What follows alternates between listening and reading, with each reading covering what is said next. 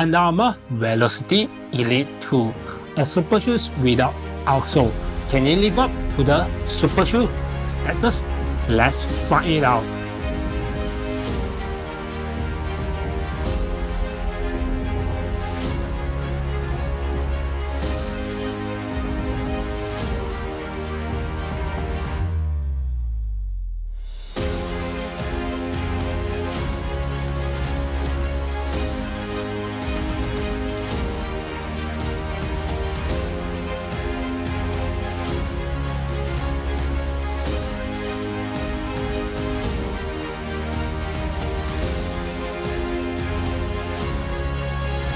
Hello guys, welcome to my channel. I'm Kevin, one of the Malaysia running YouTuber. So today I'm going to have my first impression review on this pair of shoes, a Spider-Man inspired look-alike shoes by Under Amour. This is Under Amour Velociti Elite 2, a shoes that we designed from top to the bottom. So can it live up to the hype of super shoes? Then let's find out. Before we proceed further, full disclosure, this pair of shoes is sent by Under Amour for the purpose of review. All the review opinion in this video is my own opinion. No one able to view this video except you guys can view it on the YouTube. So let's start with some specs of the shoes.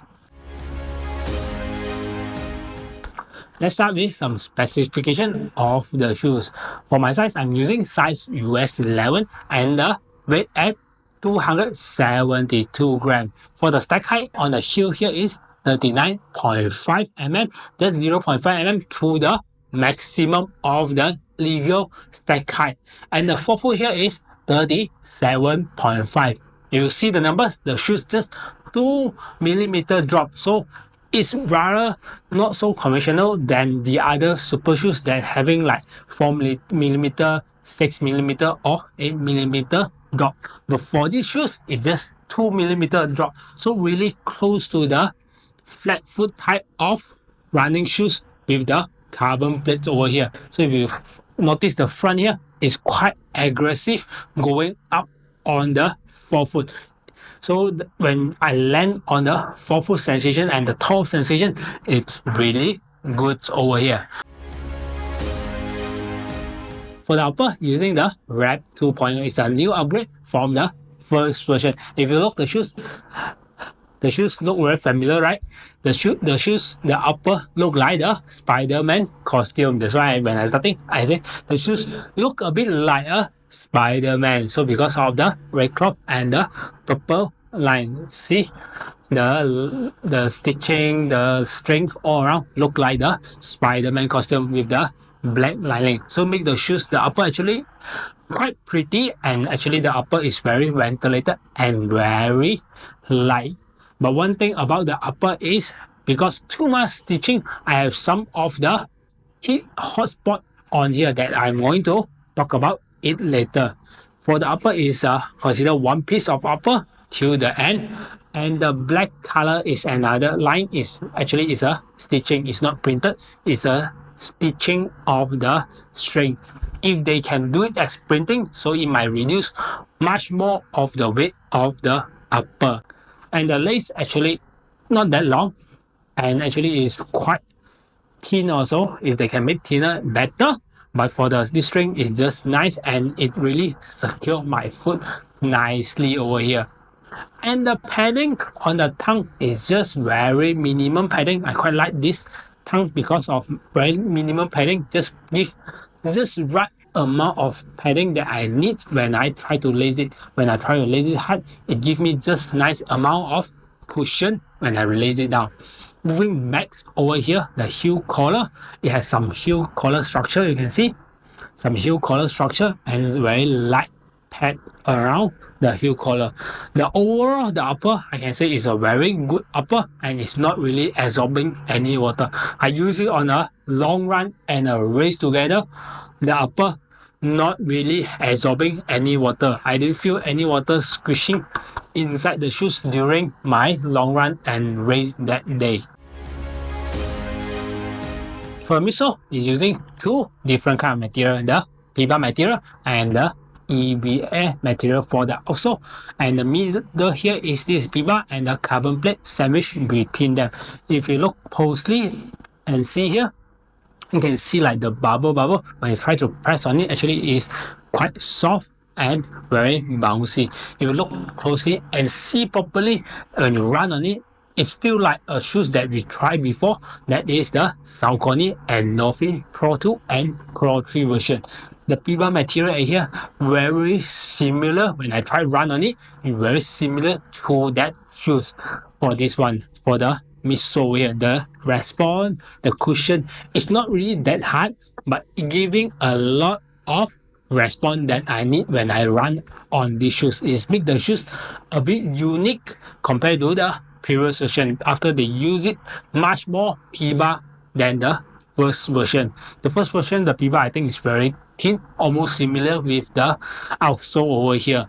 But this version, they jack it up and put much more PIBA foam here, make the shoes much more PIBA foam, and the 2mm drop over here, so make much more foam in the midsole. If you are a mid-foot runner, when you land here, you can directly feel the foam of the PIBA coming back, the response at the mid-foot.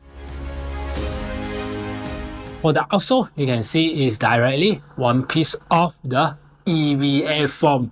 So you can see there is no rubber on the outsole. This red color actually is the came out from the track. I bring the shoes out for a track run for some interval. That's why you have some of the red mark directly printed on the EVA foam over there. So if you try to squeeze the EVA foam, I'm not really a fan of EVA foam because of the lack of response, but for this one it's not that much, so for me still okay. And the traction, the first thing is when I'm thinking about this, there's no rubber, very slippery when I run with using these shoes. After I tested on the track and on the race day, it's wet. The shoes giving me a lot of traction. I didn't feel any slippery from the shoes. For me, it's a mind-blowing of the shoes. But one thing is not sure about the durability. So if you see over here, some of the EVA foam, the outer has been chipped off, and the shoes right now is around 60 kilometer, and some of the EVA foam has been came off. This is because of there's no rubber. We run directly on the foam itself. So the durability of this also might be less a bit compared to other running shoes. Fitting of the shoes. One thing I noticed about the shoes is the toe box here. Actually, it's quite wide. For my feet, is not the narrow or wide. It's a normal. When I fit on it, I can feel a bit of roomy. My feet can move around on the toe box. So when I use it, I have to pull a bit of the lace so I have a much more secure fit over here. So it's a good news if you're having a wide fit. Maybe you can try it on this pair of shoes. At the arch area here, you can see the arch actually is a bit tapered down.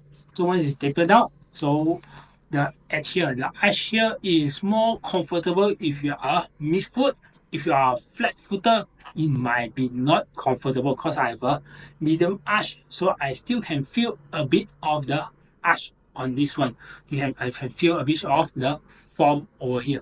But after I break in the shoes, I'm no longer able to feel the foam poking at my arch because I already pressed down the foam over here.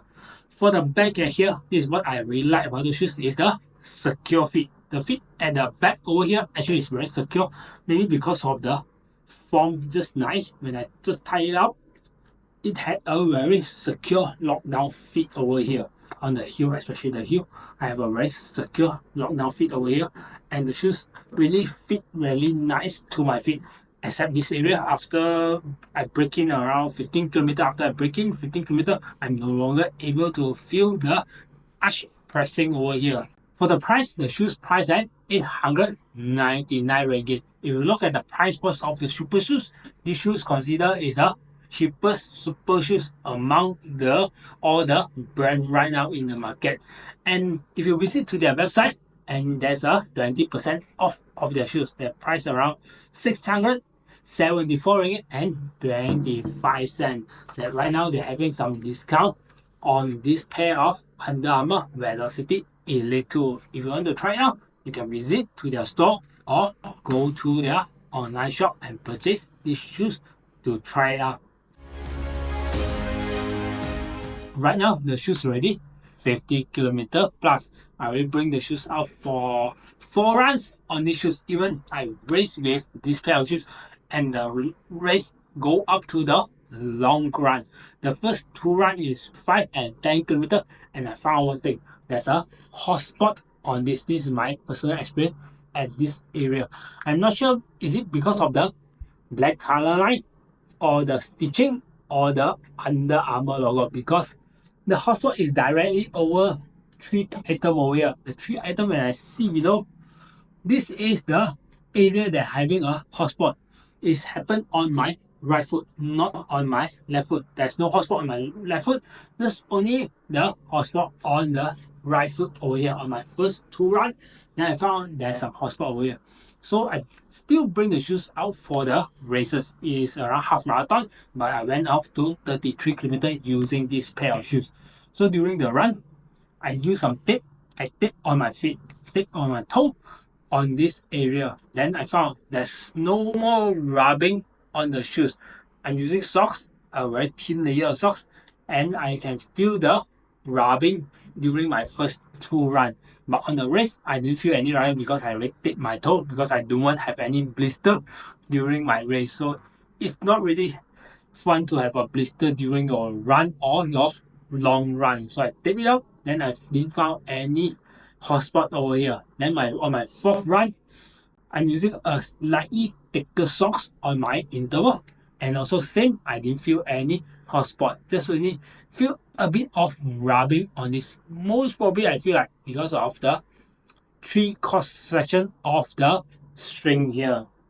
During this period when I'm using the shoes, one thing I really like about the shoes is the aggressiveness of the shoes. If you're a person like me who prefer the shoes really aggressive on the run, especially on the speed workout or the faster run, these shoes really shine at it. If you look at it, you have a very aggressive toe off here. When I land on the forefoot, then when I try to push to the forefoot here, I have a very fast aggressive drop because of the straight up over here. When I land and I go forward, I can feel the shoes, the transaction is really fast because of the aggressiveness. When I go forward, I can feel the pop of the shoes rather than just like a lot of shoes that having a less aggressive, you can bounce just like that. But for these shoes, it is land, go forward and just push. For me, the shoes a bit feel like the racing flag, the old school racing type of the shoes, the very aggressive toe off of the shoes. During my race on the Sunway BRT race is on the elevated highway, then we pass by the BRT station is full concrete and the place that time is really wet. The shoes didn't feel slippery at all. The shoes when I land, when I push motion going to forward, I didn't feel any slippery from this outsole. Even though there's no rubber directly run on the EPA form, the shoes didn't have any slippery. The shoes just can go move forward every single stride, then I land on it. And you can see there's the carbon fiber plate in the middle of the shoes. And the grip really nice. Just one thing that I'm concerned is about the durability of the outsole. For who should buy Under Amour Velociti Elite 2? If you're looking for a close to zero drop of pair of shoes or the ground contact feeling, even though that we have a very huge stack height and responsive and very aggressive toe off shoes, maybe you can try to consider this pair of shoes because of this kind of features, the toe off, the aggressiveness and lower to the ground, just 2mm offset from heel to the forefoot. So these shoes you might put into the consideration if you want to get this kind of features of running shoes. For who should not get this pair of shoes? If you're looking for a shoe that is less aggressive, much more softer form and bouncy and lighter shoes, this pair of shoes is not suitable for you. You can try to go for the other pair of running shoes because of the shoes is having a much more dense form and less bouncy and more aggressive and a bit more heavier than other super shoes. So these shoes definitely is not your choice of the shoes. What's my music on this Under Amour Velociti 3? Can it live up to the super shoes hype? For me, it's yes and no. Let's start with the yes. First thing, yes, is this shoes is really responsive, aggressive, and fast. So for me, this shoes is really suitable up to half marathon. I won't bring the shoes up to full marathon distance. This is why, because of the weight itself. 272 grams for my size.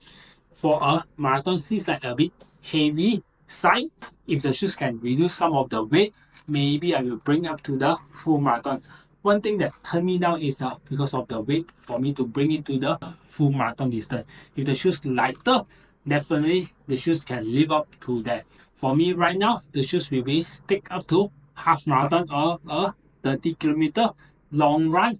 I was using this pair of shoes, and right now it's going to half marathon, 10 kilometer or 5 kilometer race. I might using this pair of shoes.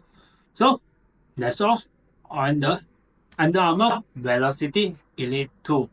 See you guys on the next video. Bye.